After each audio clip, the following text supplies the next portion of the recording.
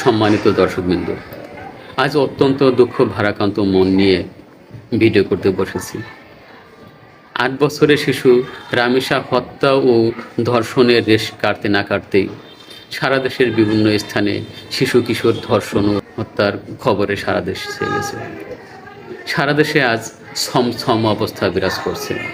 বিশেষ করে মানিকগঞ্জ জেলার সিঙ্গার উপজেলার শাহরাল উচ্চ বিদ্যালয়ের ৮ম শ্রেণীর শিক্ষার্থী মাহিয়া তার নিখোঁজের ৬ দিন পর পার্শ্ববর্তী জামিরতা ইউনিয়নের চন্দননগর কবরস্থানের পাশে বাঁশঝাড়ের মধ্যে তার ঝুলন্ত অর্ধগলিত দ্বিখণ্ডিত লাশ উদ্ধার করা হয়।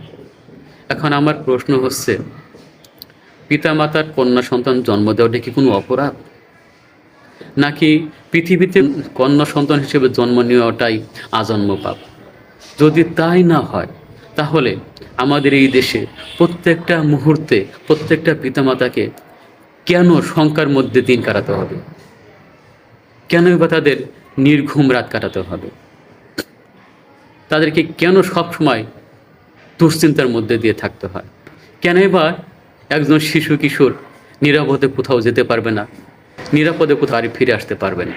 সবসময় তাকে একটা ভয়ের মধ্যে বিরাজ করতে হয়। কবে আমরা সভ্য হব? কবে আমরা মানুষ হব? আমরা কি ভবিষ্যৎ প্রজন্মের জন্য নিরাপদ পৃথিবী রেখে যেতে পারবো? প্রশ্ন রইল জাতির বিবেকের কাছে।